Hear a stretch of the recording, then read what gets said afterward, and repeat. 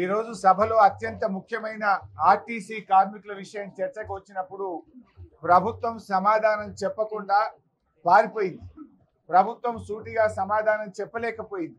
మేము సూటి ప్రశ్నలు వేసిన ఏ ప్రశ్నకు కూడా సమాధానం చెప్పకుండా ఊకదంపుడు ఉపన్యాసాలు కొట్టి ఆరోపణలు చేసి తప్పించుకోవాలని ప్రయత్నం చేసినారు.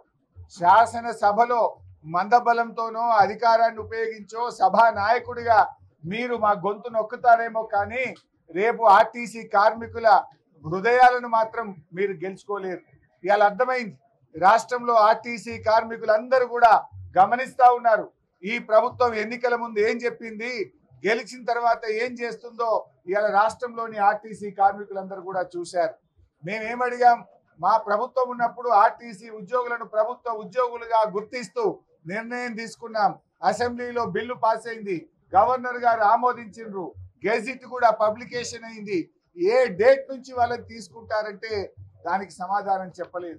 8 నెలలు అయింది మీ ప్రభుత్వం వచ్చి, 8 నెలలైనా గుర్తించలేదు. ఎప్పటి నుంచి వాళ్ళని ప్రభుత్వ ఉద్యోగులుగా గుర్తిస్తారంటే సమాధానం చెప్పకుండా దాటేశారు.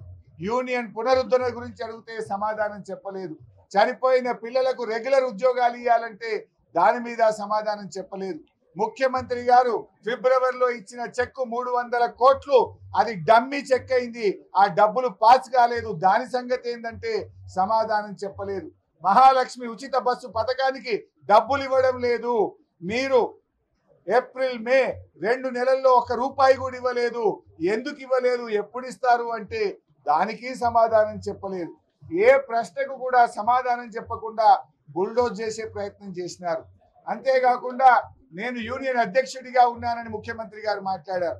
ఆ ముఖ్యమంత్రి గారికి ఎవరు చెప్తారో ఏమో కానీ అన్ని సగం హాఫ్ నాలెడ్జ్ తో మాట్లాడుతున్నారు. ఎందుకంటే నేను మంత్రి అయిన వెంటనే కొద్ది రోజుల తర్వాత నేను యూనియన్ అధ్యక్షుడిగా రాజీనామా చేసిన ఆర్టీసీకి. నేను యూనియన్ అధ్యక్షుడిగా లేను. కానీ ఆయన ఏదో ఒకటి చేసి సభను తప్పుదో పట్టించాలని, సభలో చర్చ జరగకుండా చేసి మాకు ప్రొటెస్ట్ కూడా అవకాశం ఇవ్వకుండా ఇలా సభ వాయిదా వేసుకొని పోయింది. గవర్నమెంట్ నుంచి సరి అయిన సమాధానం రానప్పుడు మేము నిరసన చెప్పే హక్కు సభ్యులకు ఉంటుంది. ఆర్టీసీ కార్మికులను ప్రభుత్వ ఉద్యోగులుగా గుర్తించాలి, వాళ్ళ ఎరియర్స్ ఇవ్వాలి, బకాయిలు ఇవ్వాలి, యూనియన్ ను పునరుద్ధరించాలని మేము అడిగితే ఏ ఒక్కదానికి కూడా సమాధానం చెప్పలేదు. ఆనాడు కాంగ్రెస్ పార్టీ మేనిఫెస్టోలో పెట్టారు, కార్మికుల ఓట్లు వేయించుకున్నారు, ఆర్టీసీ కార్మికుల అండతో గెలిచి ఇవాళ కార్మికులకు వెన్నుపోటు పడిచింది ఈ కాంగ్రెస్ ప్రభుత్వం. తప్పకుండా కార్మికుల పక్షాన బయట సభలో ఇంకా మా పోరాటం కొనసాగుతుంది. ఇకపోతే ఈరోజు నిరుద్యోగ యువకుల మీద మేము శాసనసభలో అడ్జర్న్మెంట్ మోషన్ ఇచ్చాం. ఆనాడు ఇదే నిరుద్యోగులను కాంగ్రెస్ పార్టీ వాడుకున్నది. మేము రాగానే సంవత్సరంలో 2 లక్షల ఉద్యోగాలు ఇస్తామన్నారు. ఏది మీ జాబ్ క్యాలెండర్? పెద్ద పెద్ద పేపర్ అడ్వర్టైజ్మెంట్లు ఇచ్చారు, టీవీలో అడ్వర్టైజ్మెంట్లు ఇచ్చారు, ఉపన్యాసాలు కొట్టారు, నిరుద్యోగులకు బస్సులు ఇచ్చి వాళ్ళను ఊరూరా తిప్పి ఓట్లు వేయించుకున్నారు. 8 నెలలైనా నీ జాబ్ క్యాలెండర్ ఇప్పటిదాకా నువ్వు ప్రకటించలే. ఇక మిగిలింది 4 నెలలే.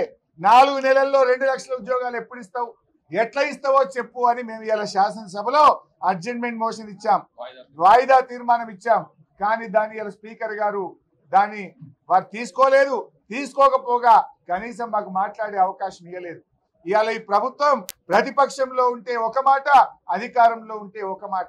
ఊసర వెల్లులు కూడా ఈ కాంగ్రెస్ ప్రభుత్వాన్ని చూసి సిగ్గుపడతా ఉన్నాయి. ఊసర వెల్లుల కంటే వేగంగా వీళ్ళు రంగులు మారుస్తా ఉన్నారు. ప్రతిపక్షంలో ఉన్నప్పుడు మేము గ్రూప్ 2, గ్రూప్ 3 వాళ్ళకి పోస్టులు పెంచుతామని మాట ఇచ్చారు. ఈ రోజు సాధ్యం కాదు అని మాట్లాడుతున్నారు. అది సాధ్యమైతది. గతంలో ఇదే రాష్ట్రంలో నోటిఫికేషన్ వచ్చిన తర్వాత అనేక పరీక్షలకు పోస్టులు పెంచిన ఉదంతాలు మన రాష్ట్రంలోనే ఉన్నాయి. ఆ రోజు సాధ్యం అవుతుంది ఎట్లా, ఈ రోజు సాధ్యం కాదెట్లా? అంటే నీకు మనసు లేదు, నువ్వు మోసం చేస్తున్నావు, నిరుద్యోగ యువకులకు మోసం చేస్తున్నావు. 1:100 గ్రూప్ 1 ఉద్యోగాలకు 1:100 కు మెయిన్స్ కు అనుమతి ఇవ్వాలని పిల్లలు పాపం పోరాడుతూ ఉంటే ఆ పిల్లల మీద పోలీసుల చేత కొట్టిస్తా ఉన్నారు. హాస్టళ్లకు వెళ్లి అర్ధరాత్రి ఎత్తుకొచ్చి పోలీసులు ఆ విద్యార్థుల మీద అక్రమ కేసులు పెడతా ఉన్నారు. నిరుద్యోగ యువకుల వీపులను లాఠీలతో విరగ్గొడతా ఉన్నారు. మీకు ఆ హక్కు ఎక్కడిది, మీకు ఆ నైతికత ఎక్కడిది అని అడుగుతా ఉన్నా. మీరు నిరుద్యోగులు ఏమడిగినారు? ఏమైనా గొంతెమ్మ కోరికలు అడిగినరా? మీరు మీ కాంగ్రెస్ పార్టీ మేనిఫెస్టోలో చెప్పిన విషయాలే అడిగారు. మీరు ఎలక్షన్ల సమయంలో ఇచ్చిన మాటను అమలు చేయమని అడిగారు. ఇదే బట్టి విక్రమార్క గారు అసెంబ్లీలో గత ప్రభుత్వాన్ని అడిగారు. 1:100 గ్రూప్ 1 కు అనుమతించాలని ఆ రోజు అసెంబ్లీలో అడుగుతాడు. ఇవాళ ఉప ముఖ్యమంత్రి కాగానే పెదవులు మూసుకుంటే ఇది న్యాయమా అని నేను అడుగుతా ఉన్నా. అదే విధంగా ఇలా రూల్ ఆఫ్ రిజర్వేషన్ లో కూడా మోసం చేస్తా ఉన్నారు. గ్రూప్ 1 మెయిన్స్ కు అనుమతి ఇచ్చే దాంట్లో ఎస్సీ, ఎస్టీ, బీసీ, ఈబీసీలకు అన్యాయం జరిగే విధంగా మెయిన్స్ కు 1:50 లో సెలెక్షన్ చేశారు. 1:100 చేసే అవకాశం ఉమ్మడి ఆంధ్రప్రదేశ్ లో ఆనాడు వైఎస్ రాజశేఖర రెడ్డి గారి ప్రభుత్వం నిర్ణయం తీసుకున్నది. మొన్న విభజించబడ్డ ఆంధ్రప్రదేశ్ లో కూడా జగన్మోహన్ రెడ్డి గారు కూడా గ్రూప్ 2 పరీక్షల్లో 1:100 కు అక్కడ కూడా అవకాశం ఇచ్చారు. మరి ఆ రోజు సాధ్యం అవుతుంది ఎట్లా, ఇవాళ కాదు ఎట్లా? ముఖ్యమంత్రి గారు లీగల్ సమస్యలు వస్తాయి అంటున్నాడు. మరి ఆంధ్రప్రదేశ్ లో ఎందుకో రాలేదు, మన రాష్ట్రంలో ఎందుకో రాలేదు అంటే నువ్వు మనసు లేక, నీకు చేయడం ఇష్టం లేక నెపాలు పెట్టి ఆ నిరుద్యోగ పిల్లల గొంతు నొక్కుతా ఉన్నావు. రాష్ట్రంలో లక్షలాది మంది నిరుద్యోగులకు నీ ప్రభుత్వం అన్యాయం చేస్తా ఉంది. ఇంత ప్రధానమైన సమస్య మీద మేము శాసనసభలో ఈరోజు వాయిదా తీర్మానం ఇస్తే దానికి అవకాశం ఇవ్వకపోవడం చాలా దురదృష్టకరం. ఆ నిరుద్యోగ యువకుల పక్షాన తప్పకుండా బీఆర్ఎస్ పార్టీ పోరాటం చేస్తూనే ఉంటది. రేపు సభలో కూడా ప్రయత్నం చేస్తాం. బయట కూడా ఈ న్యాయమైన సమస్యలు పరిష్కారం అయ్యేదాకా ఈ రాష్ట్రంలోని నిరుద్యోగుల పక్షాన పోరాడతాం. మెగా డిఎస్సి ఆ రోజు ఇదే రేవంత్ రెడ్డి గారు ట్విట్టర్లో పెట్టిండు. రాష్ట్రంలో 21,000 ఉద్యోగాలు ఖాళీగా ఉన్నాయి, ఉపాధ్యాయ ఉద్యోగాలు ఖాళీగా ఉన్నాయి. మీరు 5,000 ఎట్లు ఇస్తారు? మేము రాగానే 25,000తో ఇస్తామన్నాడు. మరి ఏమైంది? 25,000 మెగా డిఎస్సి మాట ఉత్తమాట అయిందా రేవంత్ రెడ్డి? ఆనాడు గంభీరమైన ఉపన్యాసాలు కొట్టినావు, ఊకదంపుడు ఉపన్యాసాలు కొట్టినావు, ట్విట్టర్లలో పోస్టింగులు పెట్టినావు. ఇలా గడ్డనెక్కగానే మర్చిపోయినావు. మరి ఆ రోజు పెట్టింది తప్పైతే క్షమాపణ చెప్పు. నిరుద్యోగ డిఎస్సి యువకులకు క్షమాపణ చెప్పు.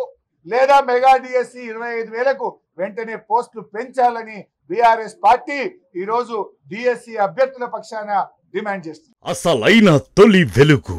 ఫాలో వాట్సాప్ @తొలి వెలుగు official.